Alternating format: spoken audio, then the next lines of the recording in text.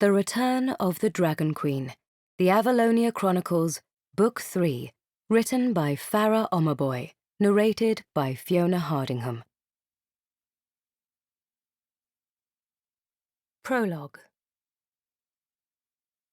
"I am disappointed, Morgana," said a deep voice from the shadows. A thunderstorm raged outside the Star Palace, and lightning flashed, revealing a man sitting in a high-backed velvet armchair. His face was worn and darkened by the sun. A short white beard covered his face, and his hair was peppered with numerous salty strands. Rain pelted incessantly against the ornate window panes, which rattled in the wind. Two massive fireplaces glowed in the darkness, throwing fleeting shadows around the room. "It's not my fault we lost Elfie," said Morgana, turning away from him and standing in front of the fireplace, staring into the flames as they danced before her. Smoke and a cloying sweet scent filled the space, making it difficult to breathe. "Lucian underestimated the girl. I will not make the same mistake." The man's dark eyes narrowed. He wore plain black robes and no adornments on his neck or fingers. He set his lips in a thin line as he reclined with his elbows on the armrests, his fingers linked together in front of him. "You should have gone yourself. You should have taken the dagger to Elfie and exterminated the Fae once and for all. You still fear the Fae Queen. Now, because of your cowardice, Abraxas has returned, and they are one step closer to destroying the book." Morgana's shoulders straightened. "I am not afraid of her. I didn't want to risk losing the dagger in the battle. Now the Grand Duchess of the Day Court thinks to bargain with me. The High Queen of Avalonia." A feral sneer formed on her face. "I will have to give her a reminder as to who exactly she is dealing with. I will go and retrieve the book from Andromeda myself." "You'd better. I cannot afford any more mistakes. And don't forget who made you High Queen. I can just as easily unmake you." Morgana pushed her shoulders back. "The battle at Elfie was merely a setback. Brandor has confirmed their support. We are moving the goods to the dwarven fortress of Greygate as we speak. Once we secure an alliance with the dwarves, we shall have your new weapons, and our armies will decimate the Fae. Avalonia will be ours before winter sets in." "Good." The man clasped his hands in front of him. "Have you appointed a new archmage?" Morgana nodded. "He is on his way to Eldoren." He studied her, his eyes narrowed. "And the girl?" "I will handle her," said Morgana. "No." The man pushed himself up slowly from his chair. "I will handle the girl." "I can stop her. Give me another chance." He shook his head. "This has gone on too long, Morgana. I left it to you and you failed. I told you not to kill her, that we need her alive, but you didn't listen. My plans are far too important to leave anything to chance. Not when the Dark Lord is ready to rise. I told you to capture Aurora Firedrake, but you didn't. You have a chance to stop her in the ruins, and you let her go. Now she's back with powers that no one has ever seen before. But we still need her for the final part of the plan. You just do as I tell you. I want the girl in my possession before winter sets in." A faint smile curved Morgana's lips, cruel and sinister, as she looked at the man before her, the expression in his eyes identical to her own. "It shall be done, Father." Chapter 1. A Queen in the Making. The clash of swords rang in my ears as I sidestepped and turned, slashing at my attacker, slicing him across his arm and kicking him sharply in the stomach. He doubled over and shouted to his companions, rough, armed men who had been following us all day. "Behind you!" Tristan barked, taking on 3 others. I spun and ducked just in time to avoid another sword that came swinging toward my head. Sweat ran down my brow and between my breasts, and strands of loose hair stuck to my neck and face as I twirled swiftly, holding up my sword and bracing my legs. My arms shuddered as the mercenary's broadsword connected with Dawn. The smooth, polished metal of my dwarven-made sword shimmered as the burnished gold rays of the setting sun illuminated the rubies on the hilt, which glistened like the glowing embers of a fire. Using my face strength, I pushed my attacker away and tightened my grip on my sword. "I thought I told you to go back to Elfie, Aurora," Tristan growled as he knocked out one man with the hilt of his sword. "Why are you following me?" "I'm not following you," I lied, adjusting my stance and eyeing my attacker. "I'm just trying to find the book, like you are." I let my face senses take over just as the man lunged for me. Blood roaring in my ears, I twisted the weapon in my hands deftly, disarming him. Neither Tristan nor I wanted to use our fame magic for fear of giving away our location. These were simple mercenaries, soldiers without magic. They were more of an irritation than a threat to us. We had been careful, keeping our identities glamoured while we scoured Brandor for Andromeda and the book. The Grand Duchess of the Day Court had disappeared from Elfie after the Battle of Abraxas. She had betrayed the Fae and allied with Morgana in the hope that Morgana would make her queen of Elfie. But when her plan to take over Elfie failed, Andromeda took the book and ran. It was now her only leverage with Morgana. For now, we had been lucky. We hadn't come across any Drakkar yet. They seemed to be regrouping since their defeat at the Battle of Abraxas. But I knew they would be back. Morgana would not give up so easily.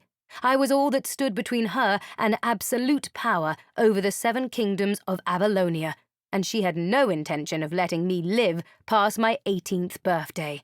"I don't need you here," said Tristan, standing over 2 of our attackers as they bled on the ground. The others had fled. "I can track Andromeda on my own. You should leave this city." "I can't go back, Tristan. I need your help. It is the only way to make things right." I pointed my sword at my attacker's chin. "Where is she?" The mercenary held up his hands, fear showing in his dull brown eyes. "Who?" "The one who sent you to kill us," I said plainly. Shaking his head, the mercenary said, "I have no idea what you're talking about. I met a man. He gave us your portrait. They promised us a fortune for your head." "Who paid you?" growled Tristan. The man shook his head again, looking between Tristan and me. "I can't. They'll kill me." "And you think he won't?" I glanced at Tristan, who stood almost a foot taller than me, looking as menacing as ever. Tristan and I had taken to wearing the traditional clothes of the Brandorians, loose billowing pants, a soft white muslin shirt under a short leather tunic, a turban wrapped around the head, and high brown boots. I had decided that dressing as a man was far easier and allowed me to move more inconspicuously. But somehow these mercenaries had managed to find out who we were.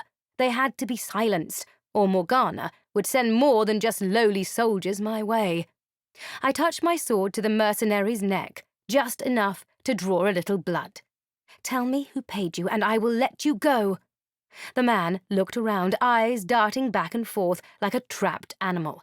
But the street was darkening and no one interfered. "It was—" His words were cut short, as his eyes nearly popped out of their sockets, and he went still, his mouth open in a silent scream.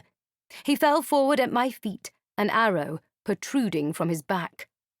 Tristan bent down and pulled out the arrow. "Ash," he said, inspecting it more closely. Then, just as quickly, he dropped it and stood up.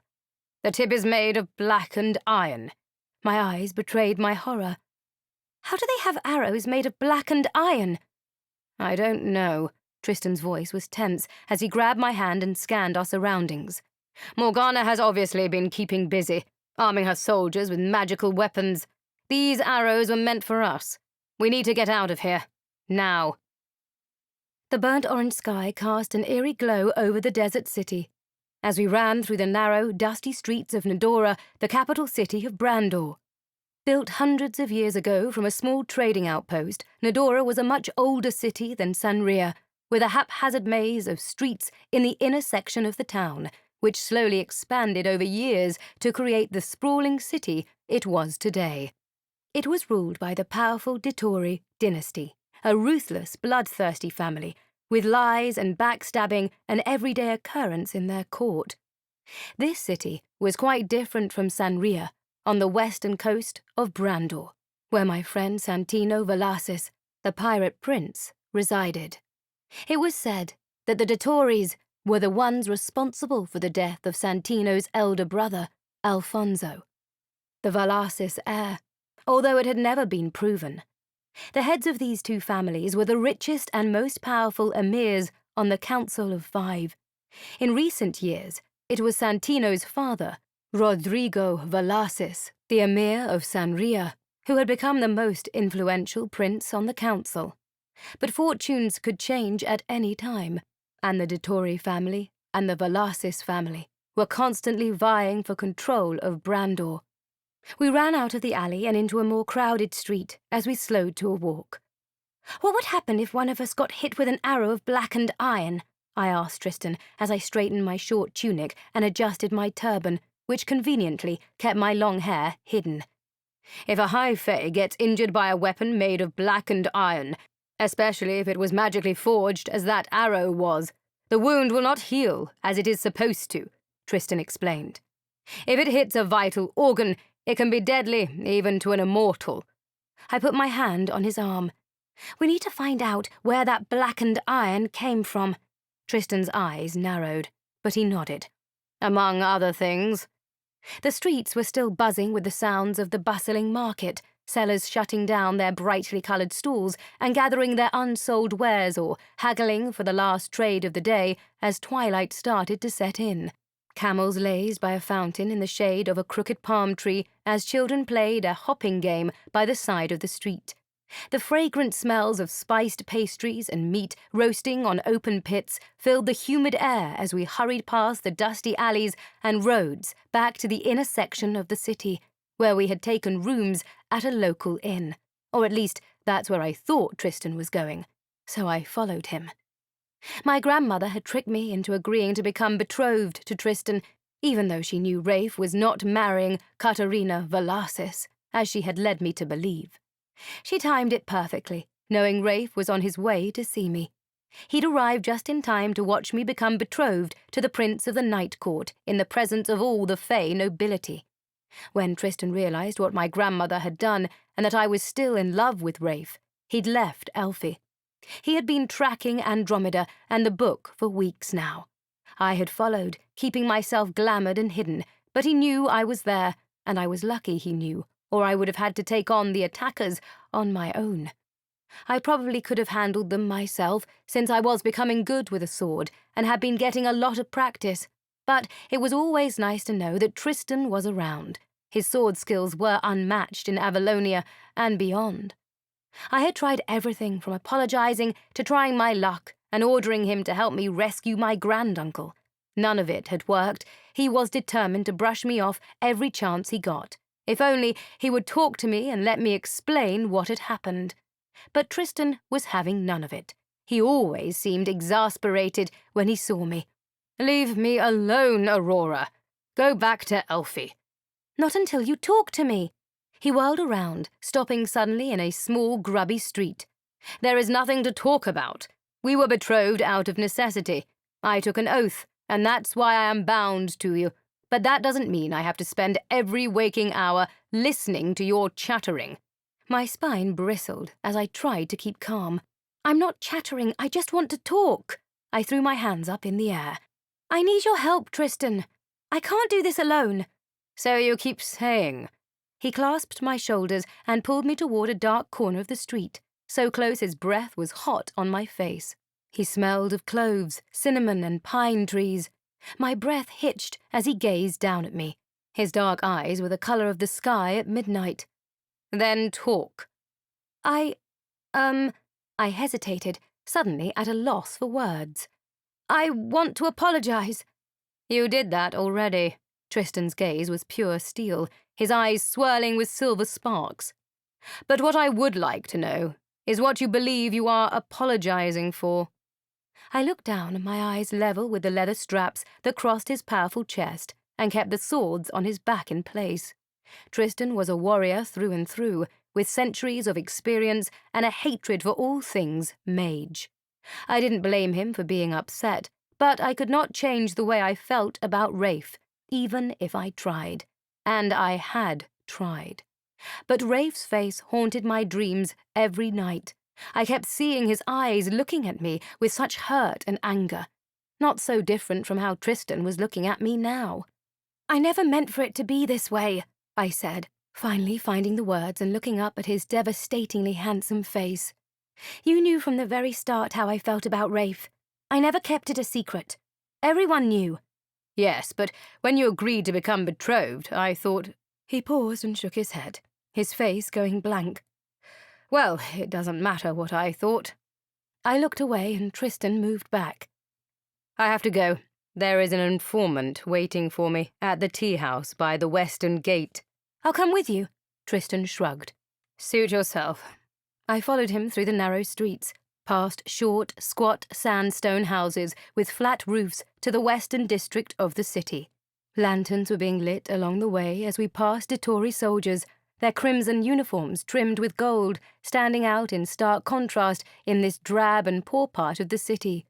The big, bearded soldiers patrolled the streets and dark alleys at night, sporting huge, curved swords at their waists. They paid us no attention, except a cursory glance as we hurried past. The tea house Tristan spoke of was not what I expected at all. I had pictured people sitting around in a small shop, sipping tea and nibbling on cakes, like in the little cafes in Elfie or Eldoren. But this Nidorian tea house was quite the opposite, and despite the name, quite frankly, not a tea house at all. I followed Tristan through a door and down the rickety stairs of a deserted house in a dingy alley. The air was thick with the overpowering smells of hookah smoke and, as Tristan pointed out, opium. It was a dark, seedy place where drunks and pirates fumbled and frolicked with veiled barmaids and stuffed their bellies with mediocre food until they were satiated. Customers lounged on multicolored divans strewn with sumptuous but incredibly gaudy silk cushions, watching gauzy-veiled women in transparent chiffon pants and revealing jeweled tops gyrate lasciviously above them. The proprietor was a large, bearded man wearing a green silk turban, loose pants, and a jacket in the Brandorian style.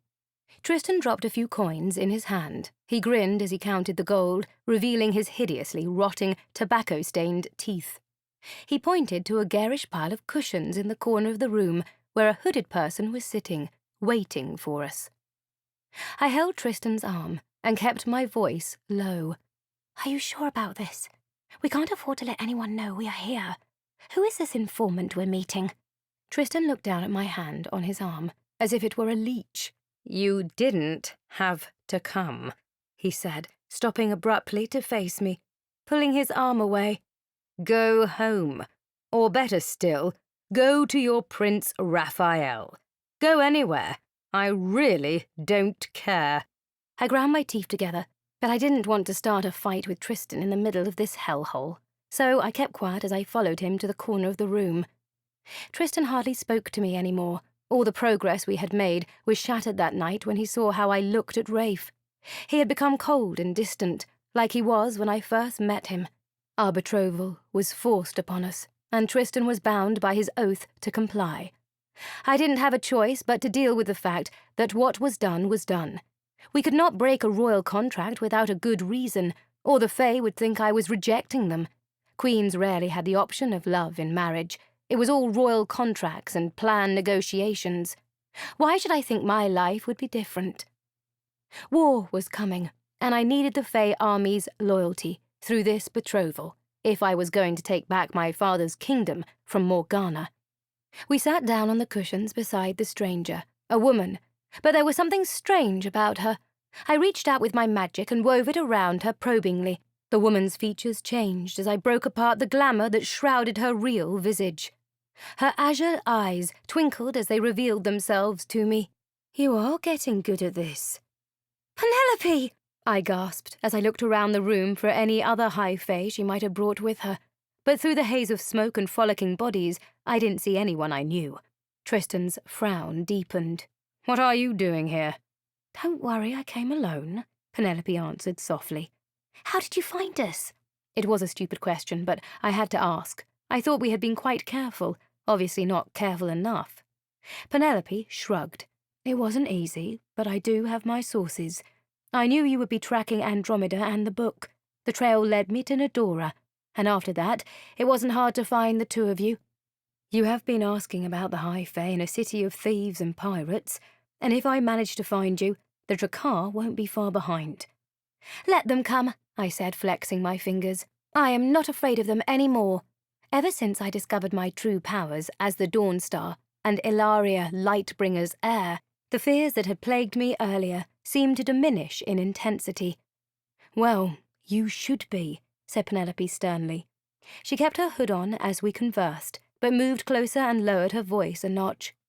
You would do well to remember that you are not yet immortal and can still be killed. Your magic may be strong, but there is so much you still don't know. It is dangerous for you to be out here, unprotected, when the world is falling to pieces. Isadora just wants to help.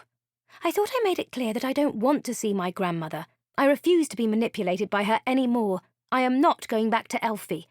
I understand, Aurora, said Penelope. Believe me, I know what Isadora is like, and how she has to have things her own way. What she did was unforgivable, but you will need her support for the battles to come. She cannot force me to do anything now, I said, straightening.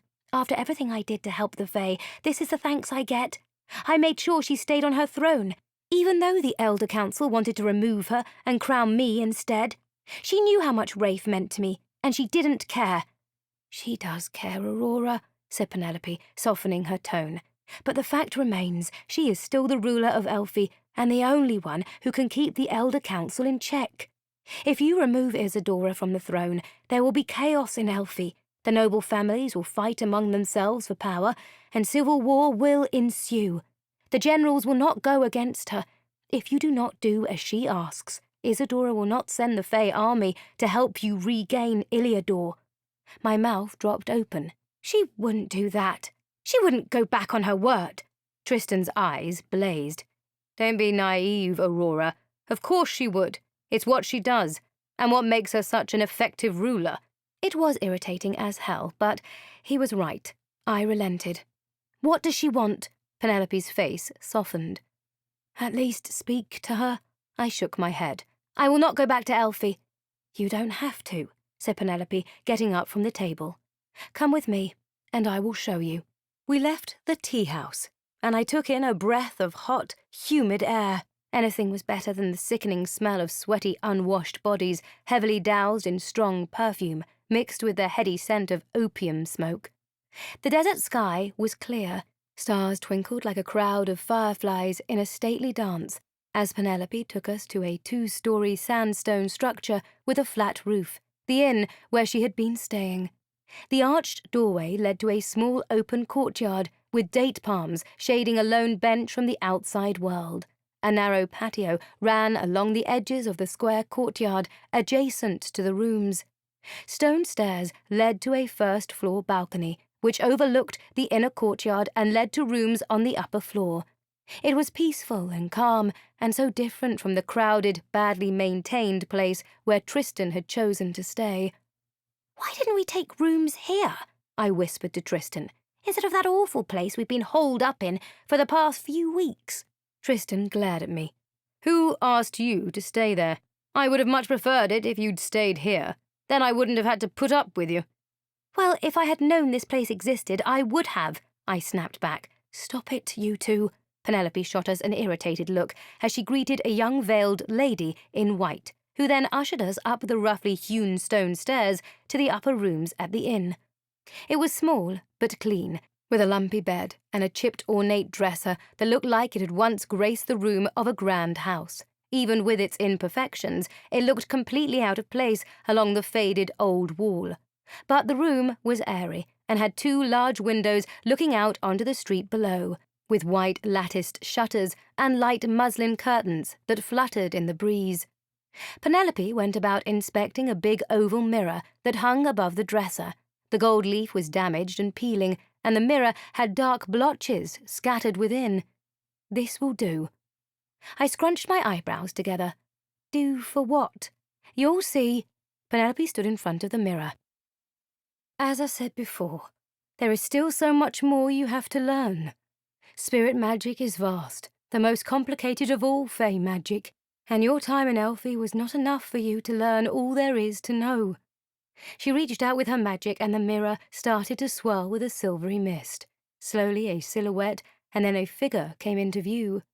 My grandmother was sitting on her throne, with Tristan's grandmother, Rhiannon, standing beside her. Penelope explained that mirror portals let spirit fays speak to each other over long distances without having to spend the power of creating an actual portal that could be travelled through. We could speak to each other, but could not pass through to the other side. The Queen of the Fae looked me over but did not smile. I'm glad you have finally put your childish feelings aside, Aurora. There is much work to be done. She threw a look at her sister. We have been tracking Andromeda. I will let you know when she opens another portal. My eyes widened. You can track portals? Isadora shot a fierce glance at Rhiannon. You did not teach her portal tracking. There was hardly any time to teach her anything, the Dowager Duchess of the Night Court said briskly. She was only here for a few months, so all I could teach her were the basics. Mastering fey magic takes decades. You know that better than anyone, Isadora. I didn't like the sound of that. I thought I had learned adequate control over my magic, but it turned out it was not enough. There was so much more to learn, and now I had no one to teach me. But I had no more time to hide away in Elfie and learn. The time had come to act. Morgana will soon be recruiting more soldiers to swell the ranks of her army, and we must do the same, said my grandmother. We must make sure the other kingdoms stand with us. Breaking Morgana's hold over Brandor will be your first task. Since you are already in Nedora, meet with Emir Darius de Torre and secure his friendship. If the de Torres stand with us, the other emirs will be easier to convince. Penelope nodded. You are right. The de Torres rule this whole area, and they have skilled soldiers which could be invaluable to us. I will set up a meeting with Darius de Torre. Good, said Isadora. Once you have secured the east of Brandor, I want you to go to Sanria and meet with Santino Valasis and his father. Remind them of our friendship and make sure all the Brandorian emirs and their armies stand with us against Morgana. I tapped my foot. The last time I was there, Emir Valasis refused to help. What makes you think he will help now? The last time he met you, you were not the Dawnstar or a Dragon Lord. I think he will reconsider. Isadora paused, and her gold eyes glowed eerily. If not, make him. But we have to do something about my granduncle, too. I crossed my arms. We can't leave Silverthorn in that dungeon. You told me you would help. Rhiannon stepped forward. We will help Silverthorn, but first we have to gather our forces and find out more information. We can't have you running off into enemy territory to rescue your granduncle on a whim. We have had reports that Gorgoths are patrolling the skies around Eldoren, and the summer palace is heavily warded, so you cannot portal in. And even if you could break the wards and manage to create a portal of such distance, it will drain your power to a great degree. If you are captured while your magic is recovering, you will not be able to save yourself. I don't understand, I said to the Dowager Duchess of the Night Court. I thought fey magic could never be depleted and is fueled by the elements. You told me that yourself. Rhiannon nodded as my grandmother gave her an irritated look. This is true for 4 of the 5 Fey powers. Spirit magic is different. It comes from within and cannot be replenished by the elements. The power of a spirit Fey depends on their inner magic, and it can be very dangerous to the Fey involved if it is depleted past a certain threshold. That's why Penelope nearly died in the catacombs trying to close the portal. She had to use powerful spirit magic to battle Sky and the Day Court guards until my son's forces arrived. I glanced at Penelope, and she nodded. Even if you have other Fey powers, as you do, your ability to use them will be diminished in intensity until your inner spirit magic has been replenished. It is the cost of a spirit Fey's vast power. I clenched my fists as I tried to gather my thoughts. This had thrown me off guard. Every time I thought I had learned enough about magic and how it worked, something would be revealed to show me that I never really knew very much at all. There was so much to know and so little time to learn. "What about Rafe?" I asked. My grandmother's eyes narrowed. "What about him?" "I have to help Rafe get his throne back, and I have to explain why I agreed to get engaged to Tristan." "Then you should have gone there when you had the chance, instead of following me here," growled Tristan, who was leaning against a wall near the door to the room. I couldn't deal with him right now, so I ignored his jab and continued speaking with my grandmother. "You said yourself we will need the mages to stand with us. And now that King Patroclus is dead, Rafe is the rightful king of Eldoren. Without him, we will never get the warrior mages of Eldoren to join us in this war." Penelope looked at my grandmother and raised an eyebrow. She does have a point. "Yes," said the Fey Queen, her lips a thin line. "But right now, we don't have enough warriors to waste our forces on restoring Raphael to his throne." Her eyes narrowed as she assessed me. "Our first priority is getting the dagger of Dragath out of Morgana's clutches. But at the same time, we have to make sure that the Book of Abraxas is never opened." "How can you be so cold?" I gritted my teeth, my hands balled into fists. "What's done is done," said the Queen of the Fae. "Raphael Ravenswood is not your concern anymore, Aurora." I put my hands on my hips and glared at my grandmother. "He will always be my concern." My grandmother's gold eyes flashed, but she chose to keep quiet. The Dowager came closer to the mirror. "This is the way things have to be, Aurora.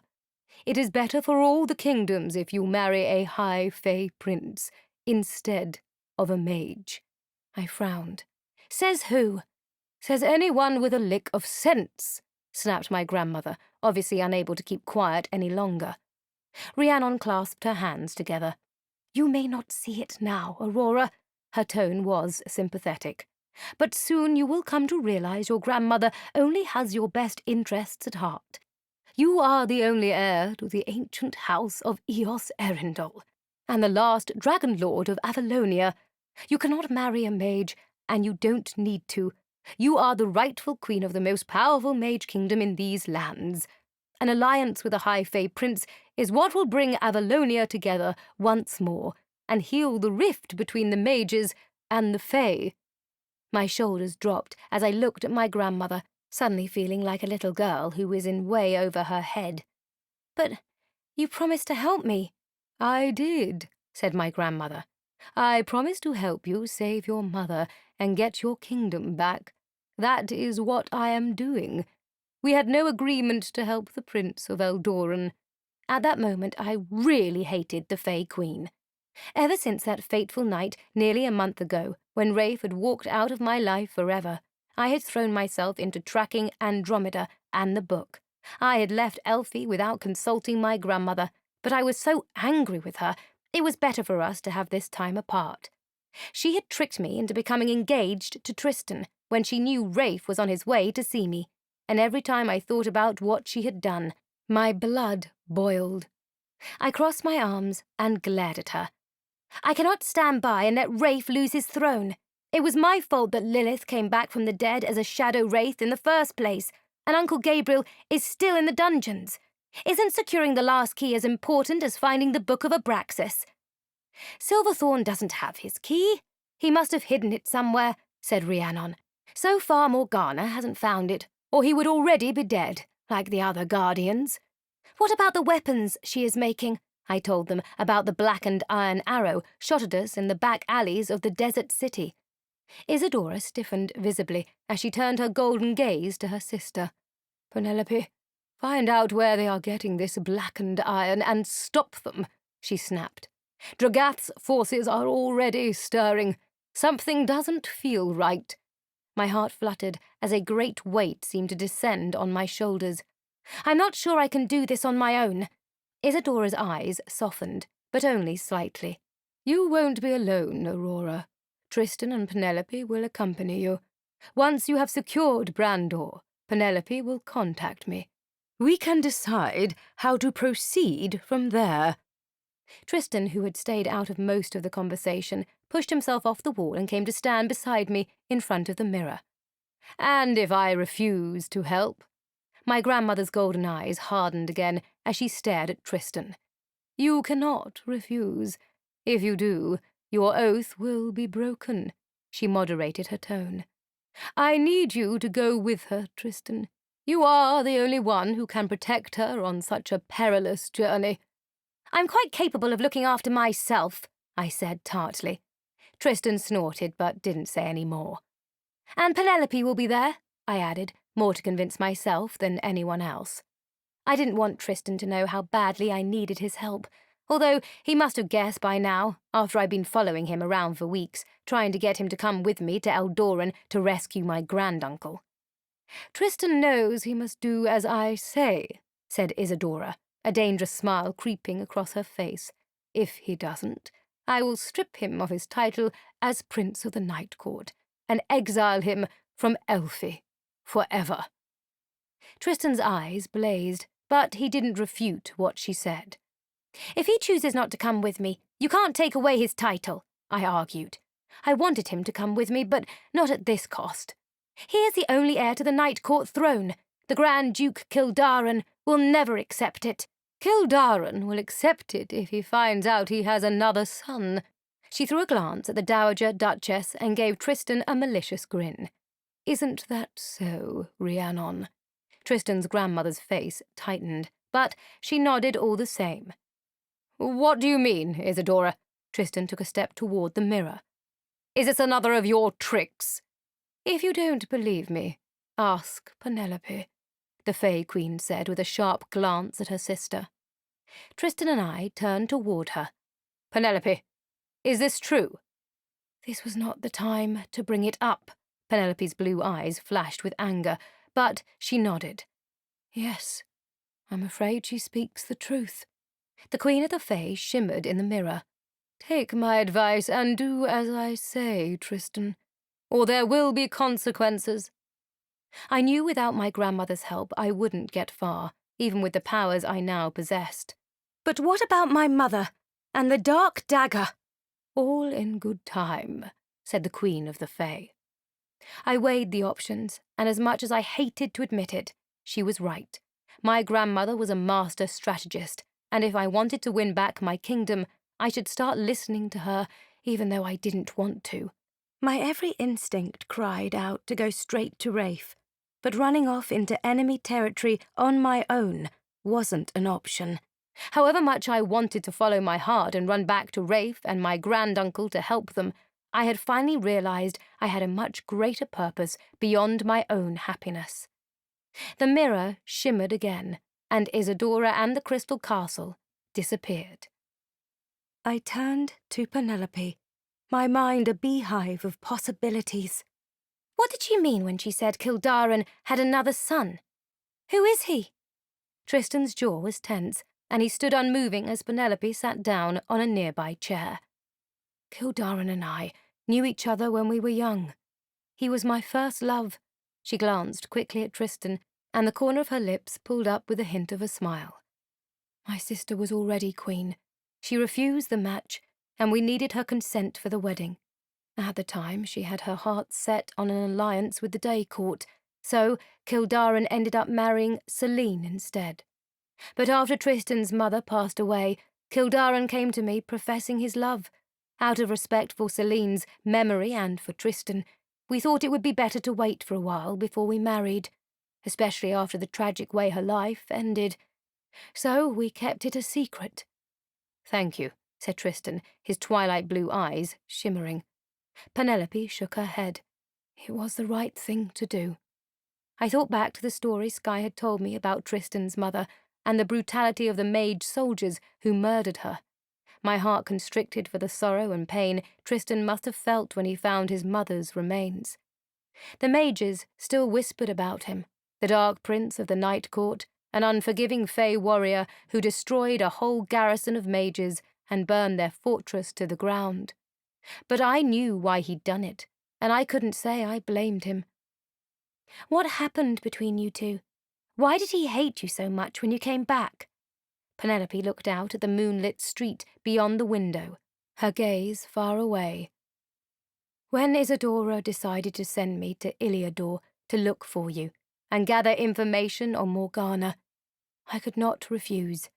She was distraught after having lost her only child, and she was certain that Elena's daughter was alive somewhere. She felt the magic of the portal that sent you to the other world. I was forbidden from telling anyone where I was going." I raised an eyebrow. "You didn't tell Kildaran you were leaving? I'm sure he would have understood." "I had no choice," Penelope snapped, turning back to me. "Isadora warned me not to tell anyone, but I loved Kildaran, and I couldn't leave without seeing him one last time. I went to him the night before I left so we could be together just once." A single tear slid down her cheek. She hurriedly brushed it away and said softly, "It was only once." My eyes widened, understanding dawning. "Carlen is Kildaran's son, isn't he?" "Yes," Penelope nodded, looking at the Fey prince who stood beside me, expressionless. "Carlen is a son of the Grand Duke of the Night Court, and Tristan's half-brother." Chapter 2. A City of Slaves and Thieves. "I have a brother," Tristan said finally.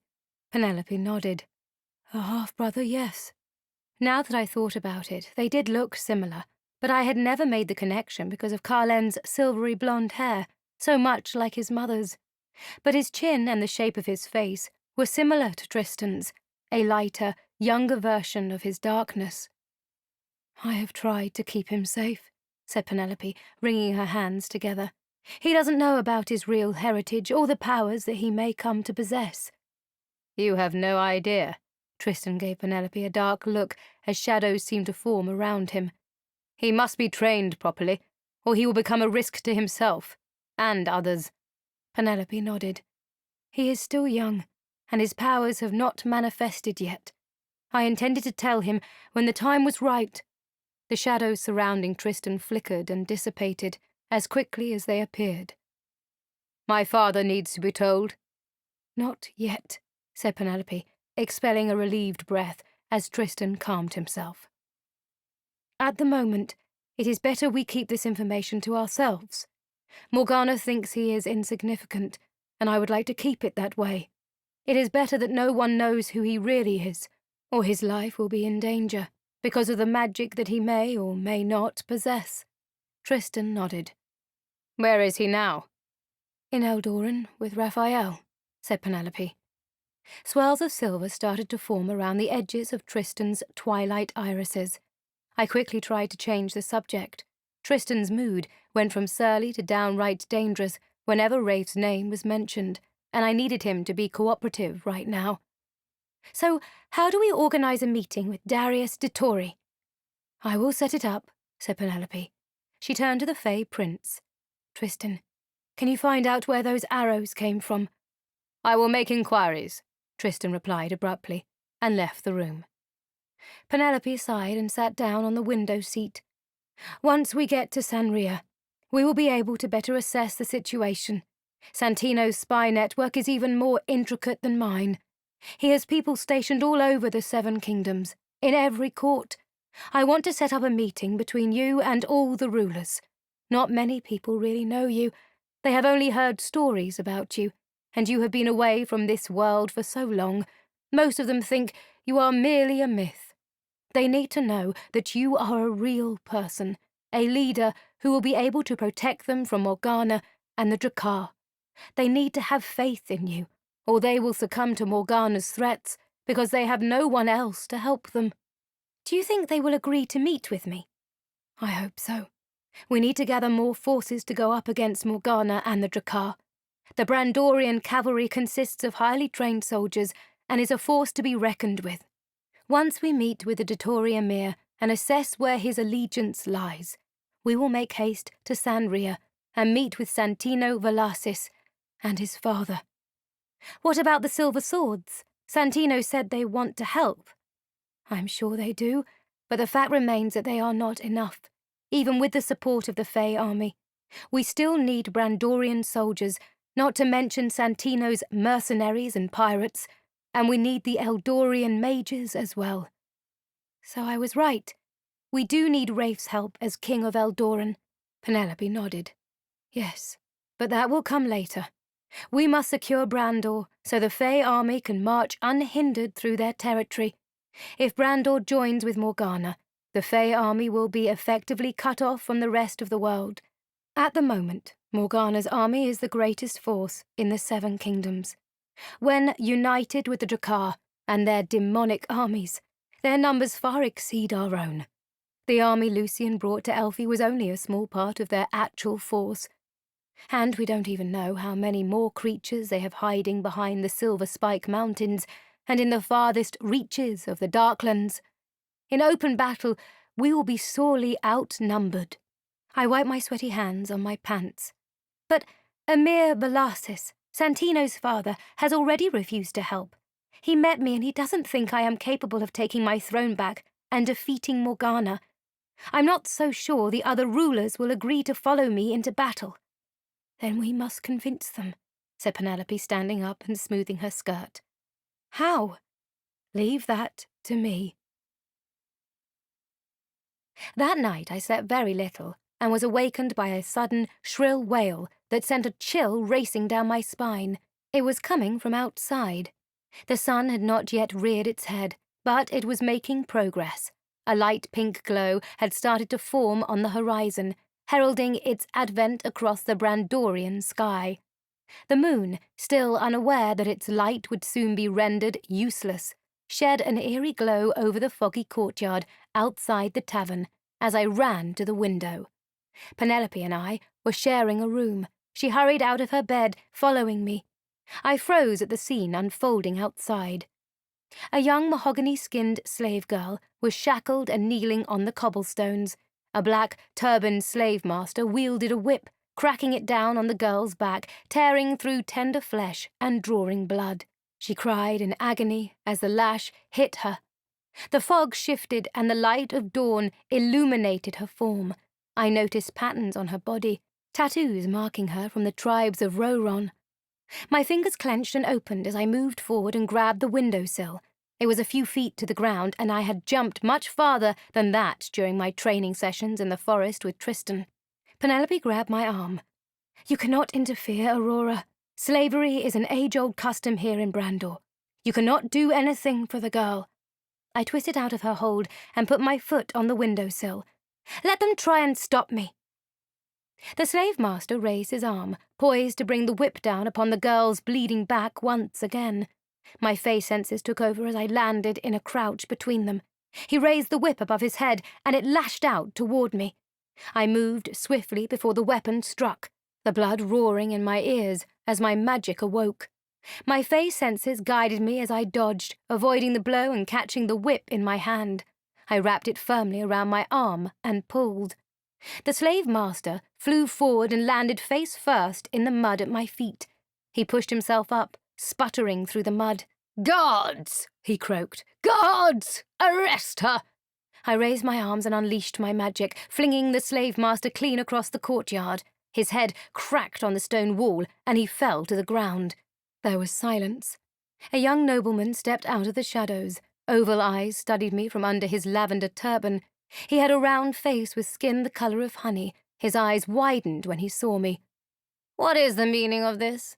How dare you interfere with my slaves?" My hands balled into fists as I pushed my magic back down. "Is this the way you treat the people who work for you? This girl is barely conscious." The nobleman lifted his chin. "She must be punished for daring to try to escape." His beady brown eyes flashed in warning. But I could not let this go. "A few more lashes, and she could have died," I ground out between clenched teeth. The nobleman waved his hand, dismissing the thought. "Who cares what happens to her? She is of no consequence." Even though I knew slavery was rife in Brandor, I had never paid attention. I had allowed myself to be blind to this until now. It wasn't my problem, and I stayed out of it. But after seeing this girl and the suffering she'd endured, I realized that Illiador was not the only kingdom I had to save. I was the Dawnstar, the light that filled the world with magic. I could not let anyone, man, woman, or child, in any kingdom, endure such cruelty as long as I could help it. "Every person is of consequence," I growled. "Your worth is not determined by your fancy clothes or the color of your skin. It is the choices you make and the way you treat people that show who you truly are." I moved closer to the girl to shield her from his glare. "I suggest you let her go." "Never," the young nobleman snarled, his hands on his hips. The empty streets had started to fill up as the Brandorians woke to another day and started going about their business. Onlookers who had gathered were whispering among themselves. I ignored him and moved to break the chains that held the girl. I could heal her back, but the internal scars would not fade so easily. "Don't touch my slaves," the nobleman shouted. "Guards!" Before I could free her, the guards moved toward me, their swords out, wariness flickering in their eyes. I had had enough. I stood up slowly, my hands lighting up with silver fire, my eyes flashed with fury. "Try it, and you're dead." They stopped in their tracks, but the girl was not afraid of me. She stayed behind me as I faced the guards. Tristan appeared beside me, twin swords blazing in his hands. "I thought we were going to keep a low profile, not announce to the whole city where we are," he muttered under his breath. The guards took a few steps back. "I'm handling it," I snapped. "I can see that," Tristan ground out, the muscles in his jaw clenching. I shrugged. "We were going to leave this city soon anyway." The nobleman moved backward and stood behind one of the guards, shouting over his shoulder. "I said, seize her! That is enough for today," said a deep voice from somewhere within the crowd. The onlookers parted immediately as another nobleman entered the fray. People started to bow and move out of the way for the crimson-turbaned nobleman. He was tall and well-built, towering over the red-faced, shorter man. He had a sharp nose and deep-set brown eyes, slightly upturned at the corners. His short beard and moustache were clipped and neat, enhancing his full lips. His crimson robe was heavily embroidered with gold thread, and jewels twinkled on his fingers and on chains around his neck. "But Prince Shiraz," sputtered the lavender-turbaned nobleman, pointing at me. "She was interfering with my slaves." Prince Shiraz turned his eyes on me. "Was she now?" "Aurora!" Penelope hurried over and whispered under her breath so only I could hear. "It is not your place to interfere with the internal workings of the kingdoms. Prince Shiraz is Darius de Tori's son. His adorer is going to be livid. How could you condone such a barbarous practice?" I snarled at Penelope. "It is the way things have always been in Brandor," said Penelope softly. "I don't condone it, but now is not the time to interfere and go around freeing slaves." I tried to keep my cool. "So when would it be a good time to free slaves, Penelope? After they have been beaten to death?" Penelope looked straight at me. "You know that's not what I meant." One of the crimson-clad guards whispered in Prince Shiraz's ear, and I could see the fear in the guard's eyes as he spoke to the emir's son. I could tell some of them had recognized me. I had forgotten my turban and glamour when I leapt out of the window to help the girl. I had acted impulsively and knew my actions would have consequences, but I didn't regret standing against slavery and saving the girl's life. More onlookers and guards had started milling around to get a better look. Shiraz de Tori's eyes widened as he looked me over, assessing me. "My lord," said one guard, terror showing plainly on his young face. "That's Aurora Firedrake, the Shadowbreaker. They say she can kill 100 Drakkar with one blow." I snorted and shrugged my shoulders. "True," I said, and gave them all a wide grin. If people wanted to exaggerate my powers, I wasn't going to argue. This was the way legends were created, and I needed to be larger than life if I was going to get people to follow me against Morgana.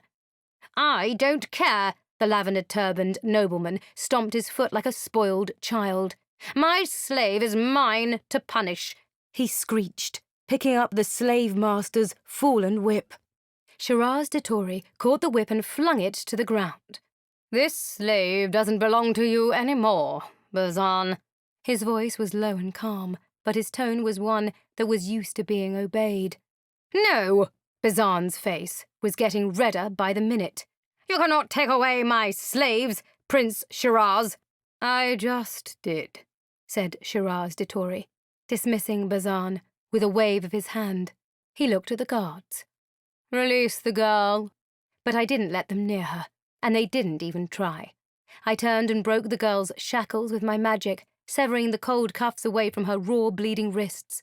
I pushed a little healing magic into her to ease the pain. I could have healed her back completely, but there were too many people watching, and Penelope had warned me about using my healing powers in front of others. "She belongs to you now," said Shiraz Dittori, as if he were giving me a gift. "I don't keep slaves. She is a free person," I snapped. He held up his hands in front of him, as if it would calm me. "It's up to you. She's yours to do with as you wish." Bazan glowered at me, but I could see fear in his beady brown eyes. He lifted his chin and stalked away into the crowd. Prince Shiraz cleared his throat. "As a gesture of good faith, I would like to invite you—" He paused and looked at Penelope and Tristan. "And your companions to stay at the palace for a few days. My father is out of the city at the moment, but he will be back soon, and I know he would love to meet with the Shadowbreaker herself." The way he said my title was not with awe as others tended to do. I was sure he meant for it to sound as such, but it sounded like an insult when he said it. From the corner of my eye, I saw Penelope nod once. This was the perfect opportunity to find out where the Dittori's loyalty lay. My grandmother had instructed me to convince the Dittoris to ally with us and gain their support before I secured the rest of Brandor. And what better way to do it than staying at the palace as Shiraz Dittori's guest? The Dittoris were the most powerful of the emirs after Rodrigo Velasquez, Santino's father. If the Dittori and the Velasquez families were with us, the rest of the emirs would follow. I turned to the girl I had rescued. She was a little thing, barely 13 years old. "What's your name?" I asked gently. "Ria," she said between sniffles. "Would you like to come with us?" I inquired. "It would be safer for you until we find a way to get you back to your family." Ria nodded. I looked at the Prince of Nedora. "Ria comes with us." "Of course," he grinned, showing me his pristine white teeth. "I will have our best physicians tend to her back. She will be better in no time." I nodded my assent. "Thank you." Penelope's eyes softened, and she took off her cloak and put it around the girl. "Come, Ria. You are safe now." Ria huddled under the warm blue cloak, which seemed to swallow up her small form. Shiraz Dittori called for palanquins to take us to the palace, and I got into one with Ria to make sure she was not scared. Tristan rode beside us on a proud chestnut stallion brought over for him by one of the guards. The dusky pink sky had turned to fiery gold as the sun made progress across the sky. I gazed out of my palanquin curtains at the hot, dusty streets, honey-coloured sandstone houses with flat roofs spread out in a circle around the palace, all the way to the shores of the Sea of Shadows. Every little street and alley eventually led up to 4 main avenues that divided the city into districts.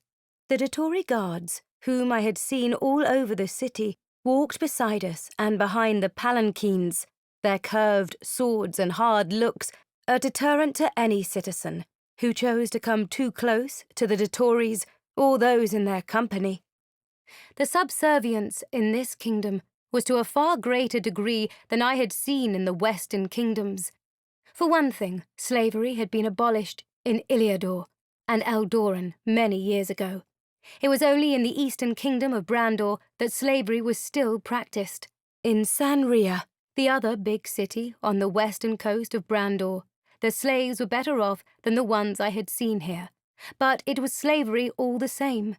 I decided I would have a talk with Santino about getting the emirs to finally end slavery in Brandor as well.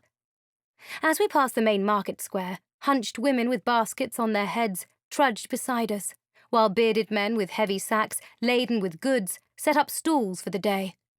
Huge clay pots filled with fragrant spices line the shaded area near a busy trader with a new supply of animal skins and leather goods. The smells of the market filled the palanquin as we passed, an unpleasant mix of dung, spices, and cooking meat. Tall palm trees spread out sporadically through the city, providing inadequate shade to the hot, sweating citizens who traversed the dusty streets.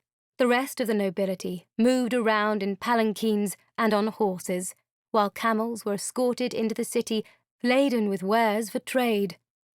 "Where are you from, Rhea? How did you end up as a slave?" I turned at the sound of Penelope's voice. "A few months ago, I was captured from my tribe in Roron and brought here on a ship. It was horrible. Days of never seeing land. Hundreds of us crammed into the bowels of the ship. There was little food, and so many people died before we even got to Nadora." Her sobs interrupted the story. Penelope held her hand.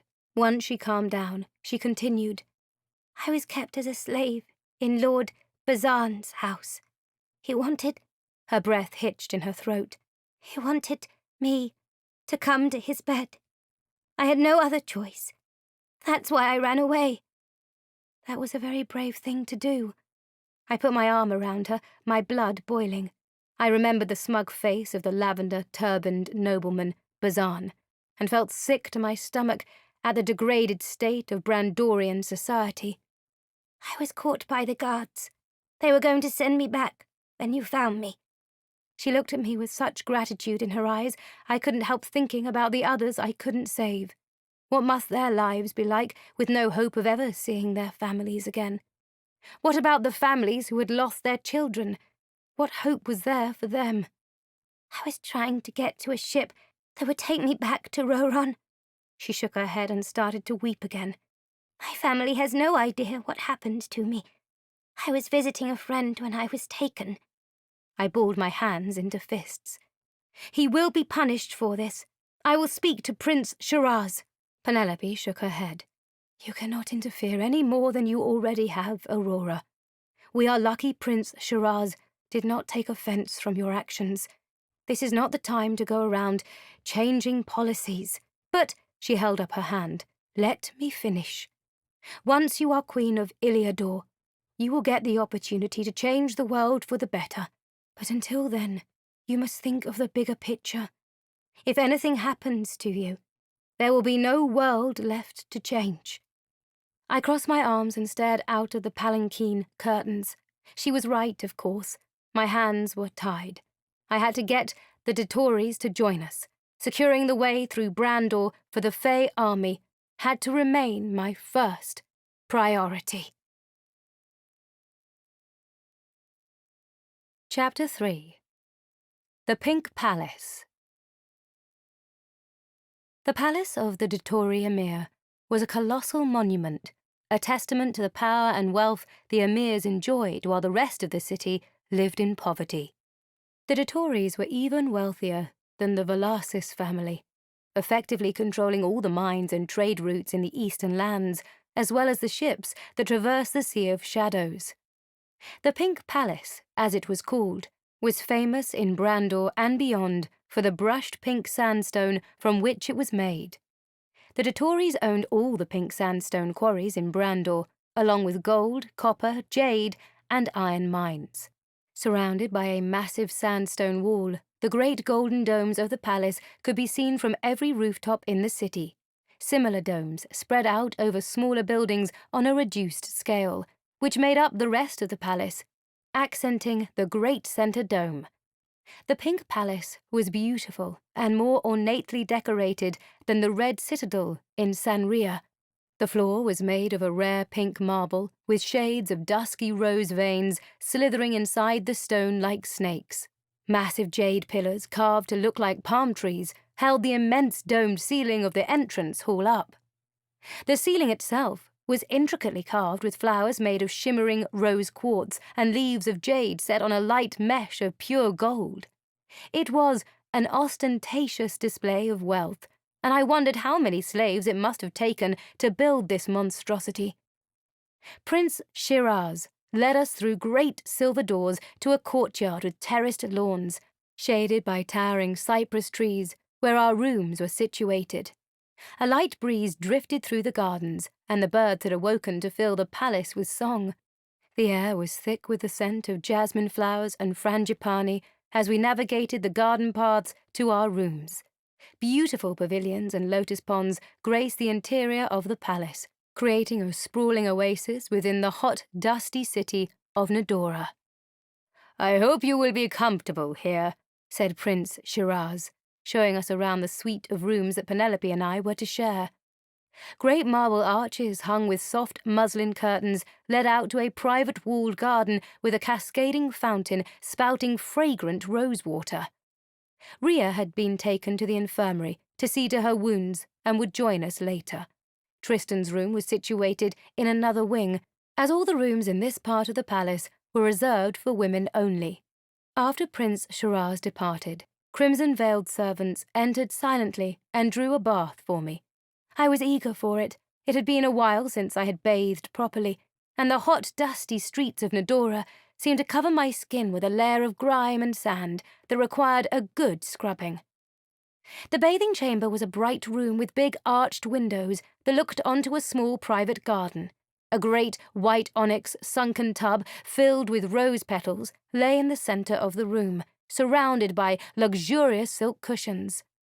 I removed my clothes and waded into what was more of a pool than a tub.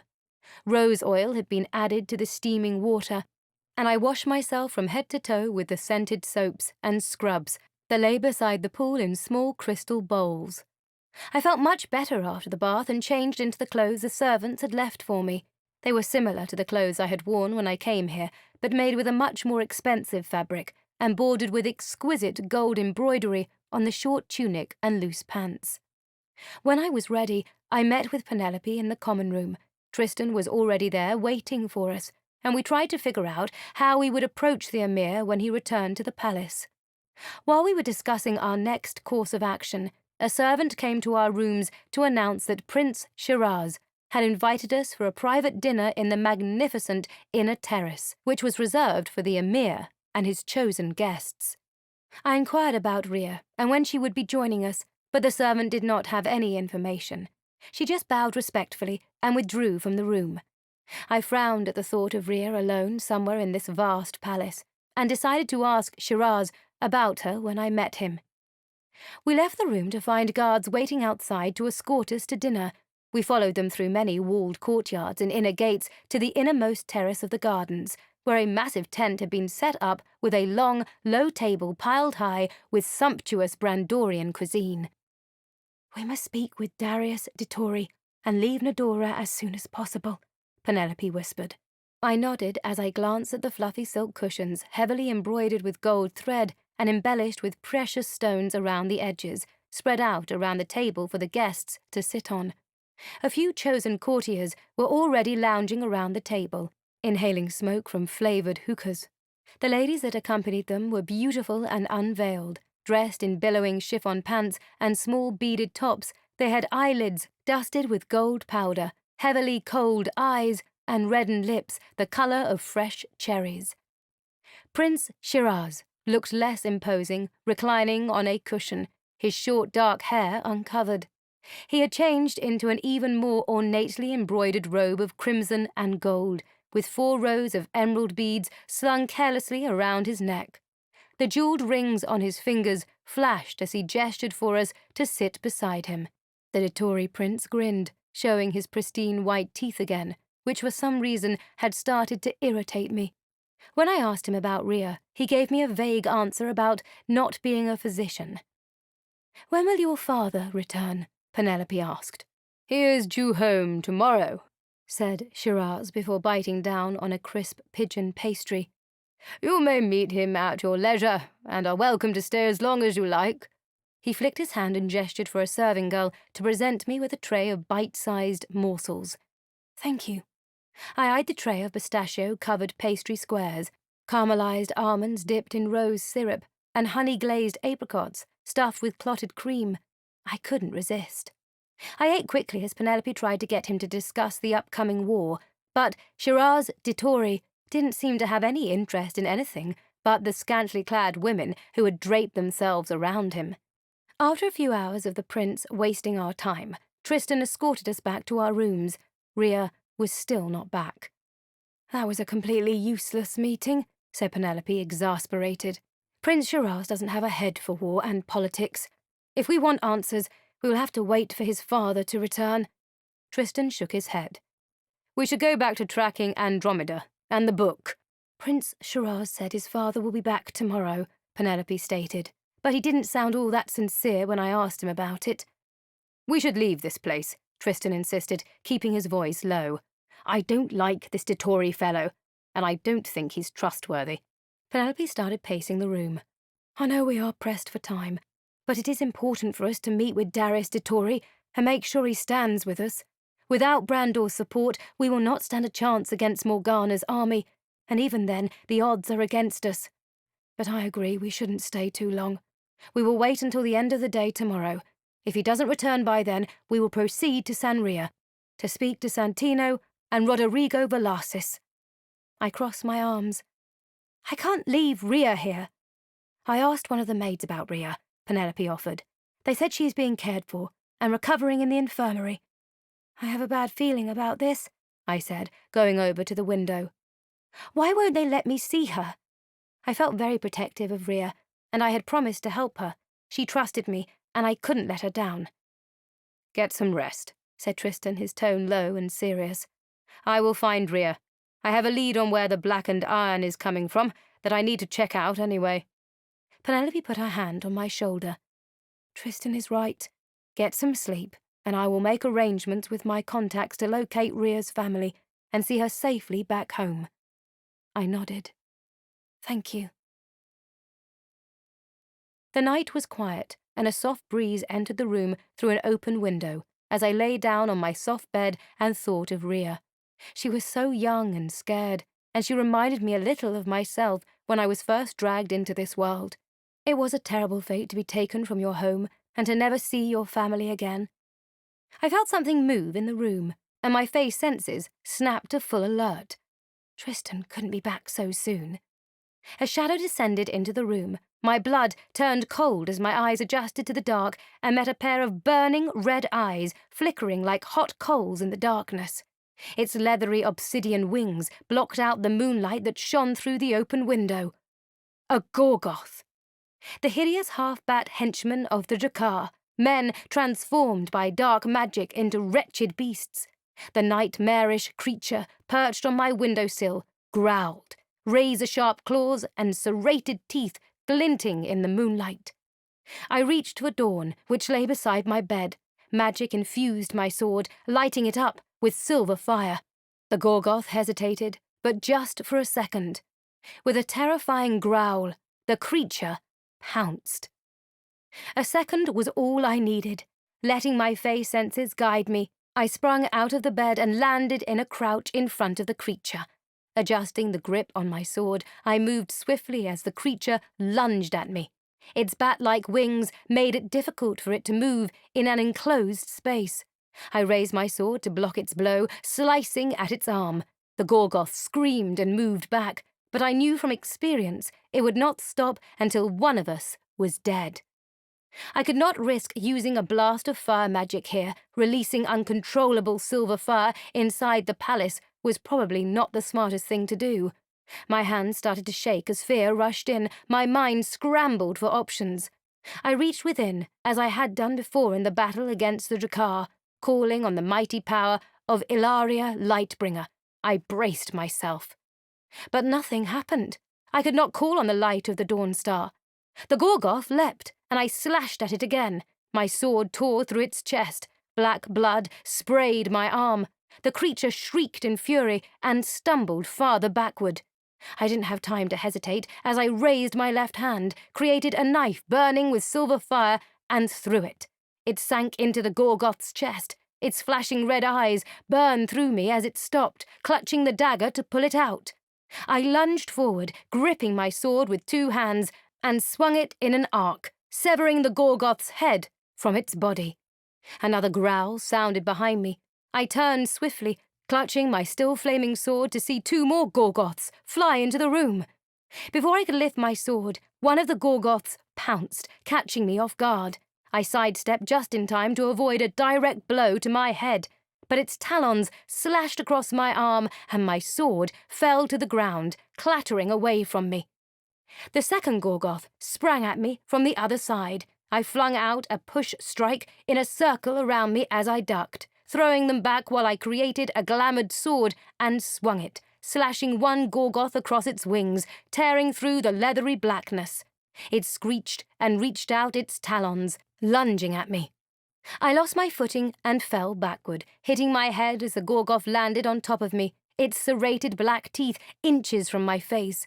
Black drool dripped onto my cheek. It smelled acrid, the stench of its evil unbearable. The ring on my finger glowed as Abraxas spoke to me. "Use the magic of the Dawnstar, Aurora. It is more formidable than your fey fire," the deep voice said. "There is no dark creature that can withstand its power." I held the ravening creature away from my face. My fey's strength was the only reason I was still alive. "I can't!" I screamed in my mind. "It's gone!" "The magic of the Dawnstar has always been within you, even when you didn't know what it was. It was what saved you in the ruins when Lilith tried to possess your body. The light that pushed her away and did not let her enter was the Dawnstar." The great dragon's voice rose. "Fear and doubt veil the light of the Dawnstar. You must believe, Aurora. How many times do I have to remind you? Without faith in yourself and your abilities, your Dawnstar powers will not work." I held off the vicious Gorgoth and turned my mind within, shutting out all fear and doubt. I could do this. I had done it before. A massive force raised its head as the light of the Dawnstar arose within. Calming my racing heart, I concentrated the power in my hands and directed it, fashioning it into beams of pure white light. The Gorgoth above me screamed as my magic pierced its body like a lance, destroying the darkness from within. The Gorgoth crumpled to dust, but when I stood up, 3 more flew into the room. But I was no longer afraid. I was the Dawnstar, the heir of Illiador Lightbringer, and this was what I was born to do. I lifted both my hands and the whole room lit up. White light, more powerful than any Gorgoth could withstand, burst out of my hands, piercing the darkness in a blinding ray.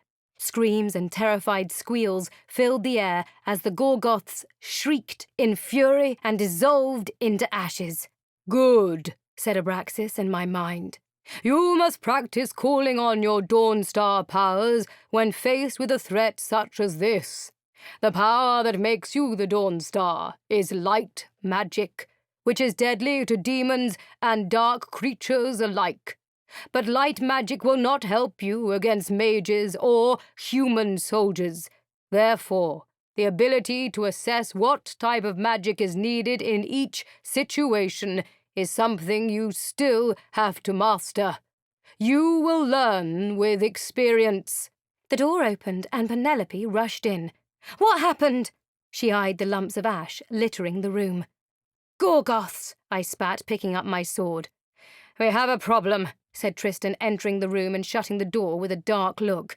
"Obviously," I whirled on Tristan. "Where were you? I had to take on 5 Gorgoths on my own." Tristan raised an eyebrow and crossed his arms as he took in the piles of ash in different parts of the room, then shrugged his broad shoulders. "You seem to have done an adequate job of it. No thanks to you. He lifted a dark brow. You seem to have forgotten who trained you. My face heated. He turned to Penelope. I was busy finding out more about that jeweled toad you call a prince. My brow furrowed. Prince Shiraz? Tristan nodded.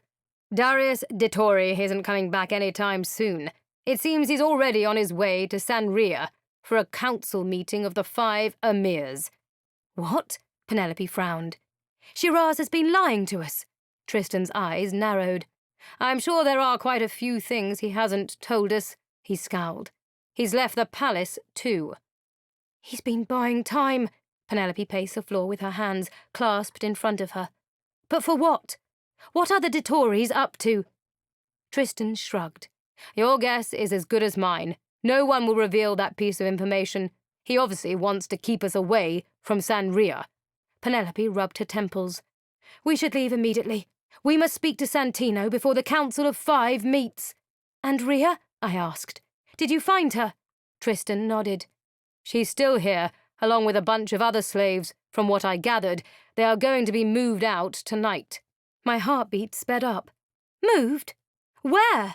Tristan's eyes started to swirl with silver sparks. I only found one old worker who was willing to talk, and that's because his granddaughter is one of the slaves. I shook my head. This practice of slavery is abominable. Something has to be done about it, I ground out through clenched teeth. What did the old man say? Apparently, the de Torres have been collecting them to send to the mines. I took a deep breath and tried to keep calm. We can't let them take her to the mines. She will die there. I gathered my things and put on my short jacket and sash. I retrieved a dagger from a corner where it lay in a pile of Gorgoth ash. Penelope came up to me and put her hand on my shoulder. Calm down, Aurora. We will get her out. I nodded, trying not to think about all the horrible things that could happen to the poor girl. She was my responsibility, and I had let her down. Penelope's eyes flashed as she slid a look at Tristan. Tell me more about the mines. The old man told me they are being sent to the largest of the de Torre mines, situated just outside the city, Tristan answered.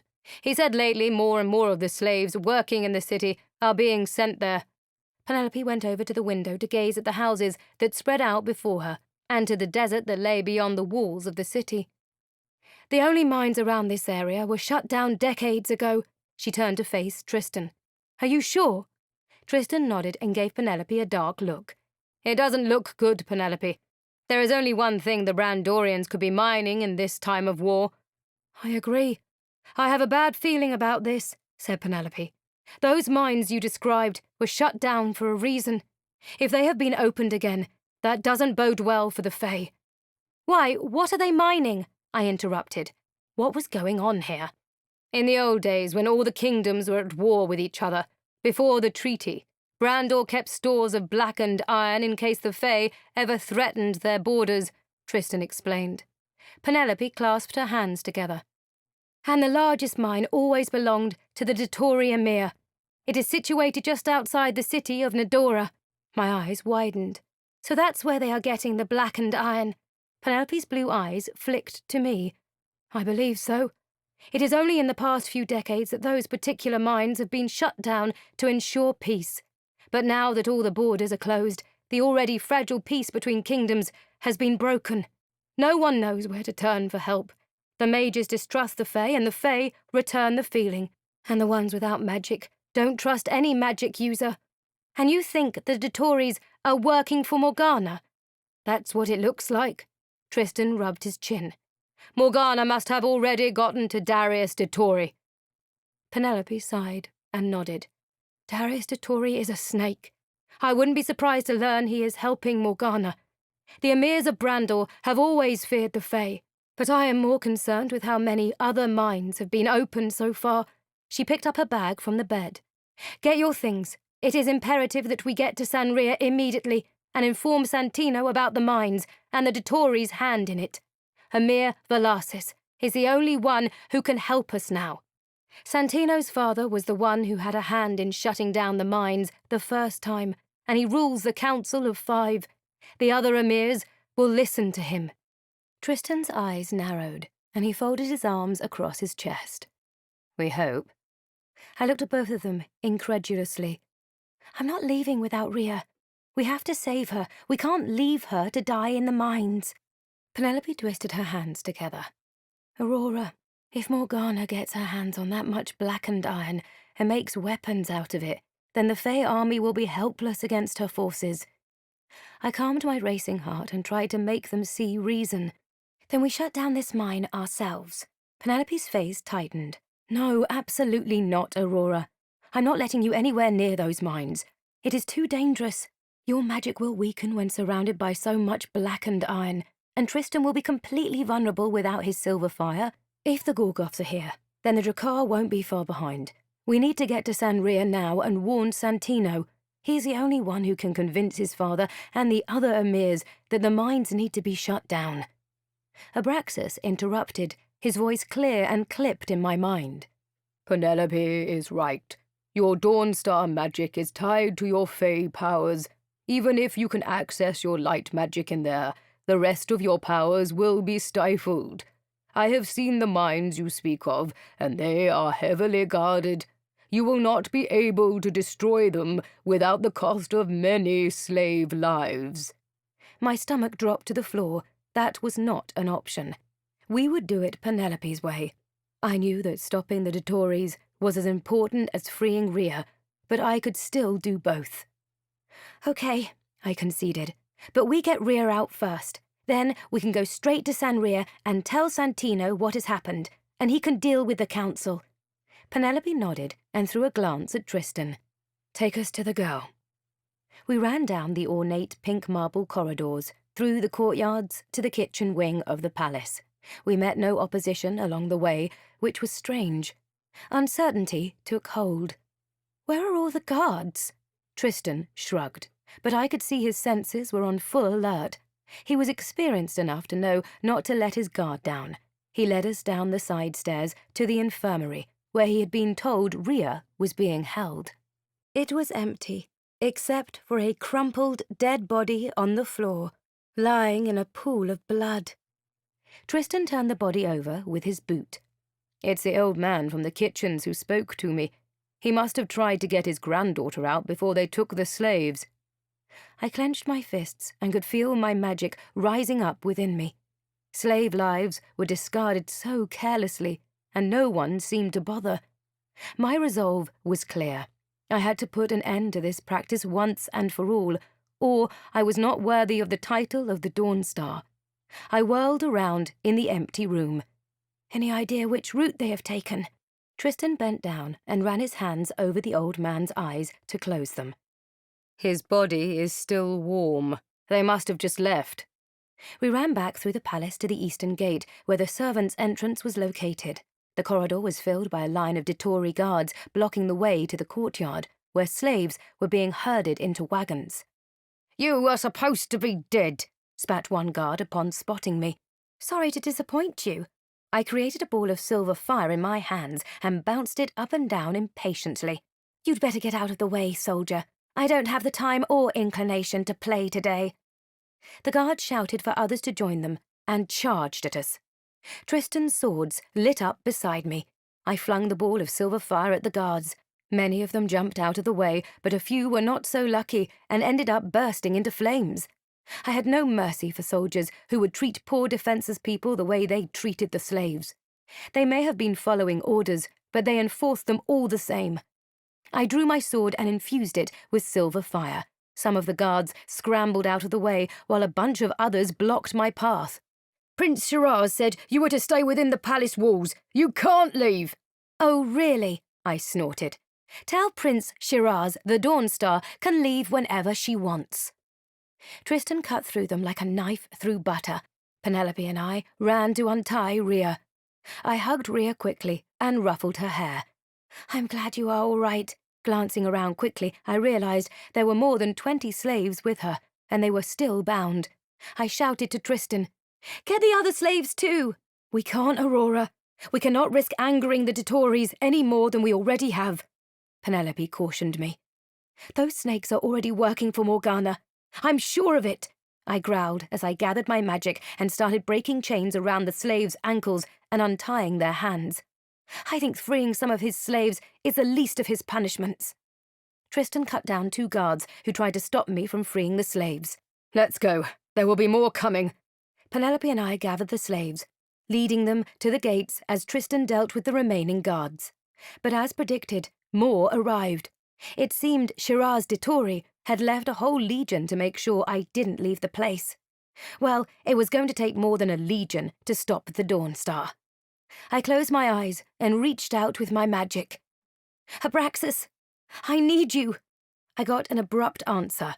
"Are you in mortal danger?" My eyebrows scrunched together. "No." "Can you manage without me?" "I think so," I muttered as I turned back to help Tristan. "Then there is no need for me to assist you in this battle," said the great dragon. "Summoning me drains a great amount of magic from this world." I paused as I tightened my grip on my sword and took in the positions of the guards running at me. "I didn't know that." "You and Tristan are more than capable of taking on these guards yourselves."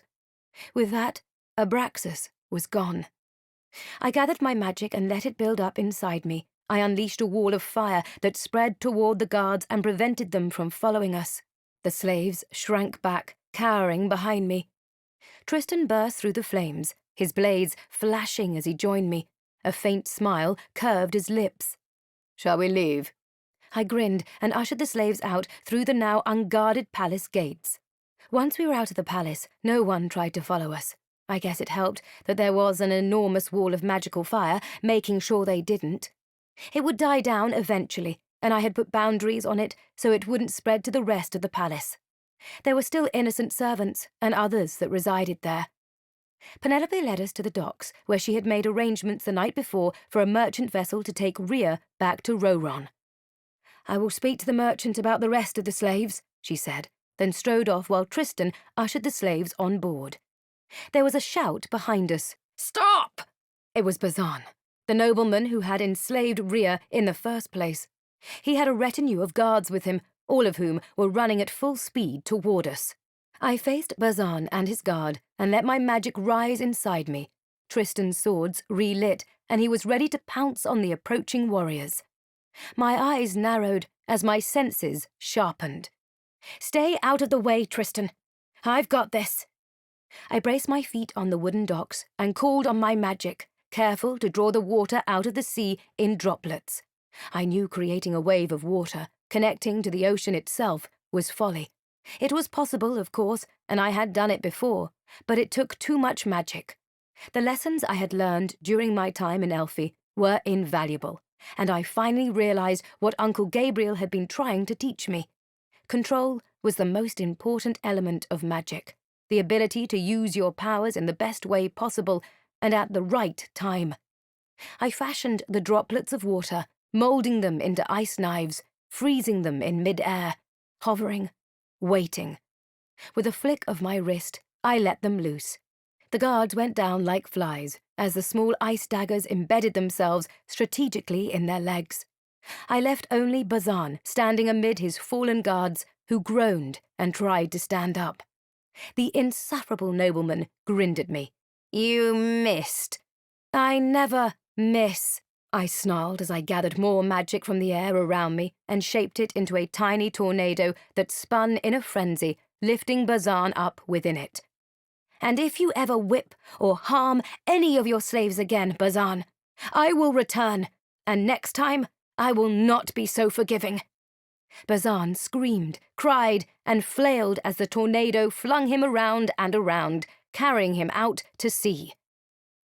Rhea ran up to me, her eyes wide as she watched her tormentor carried away in a funnel of air, screaming until the night wind swallowed him up.